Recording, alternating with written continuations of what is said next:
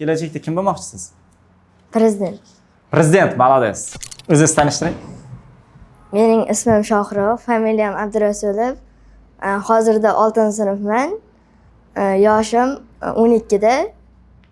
Молодец. Qaysi maktabdan keldingiz? 13-maktabda. 13-maktab. Qancha vaqtdan beri ingliz tilini o'rganyapsiz? 1,5 yil, 2 yil. 1,5 yil, 2 yil. Yaxshi. Bu ingliz tiliga hozir 6-sinfman dedingiz, to'g'rimi? Ha. 6-sinfingizdan oldin hammani 1 yil, 1,5 yil tayyorlanganman deyapsiz.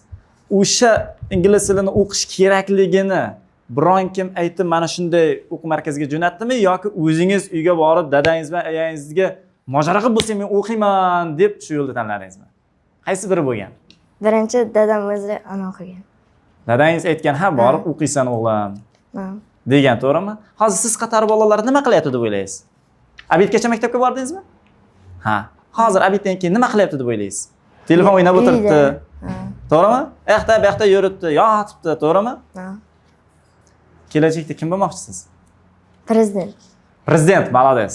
Bitta qarsa chalib qo'yingizlar. Siz kimni boshqarishingizni aytaymi? Ha.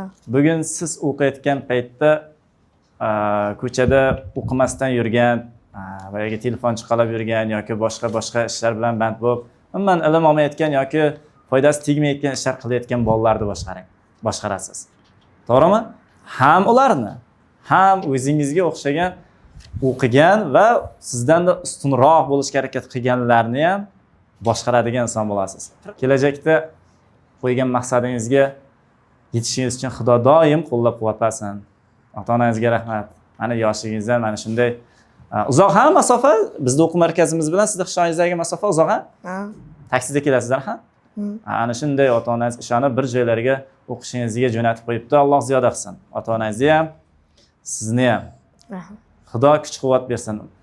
Zo'r va yana zo'r bo'lishga harakat qiling. Shunday natijalarga erishganim uchun otamga katta rahmat. Ana shunday yoshlarni qo'llaydigan ota-onalarimizning soni Ko'paysin. ko'paysin. Rahmat sizga.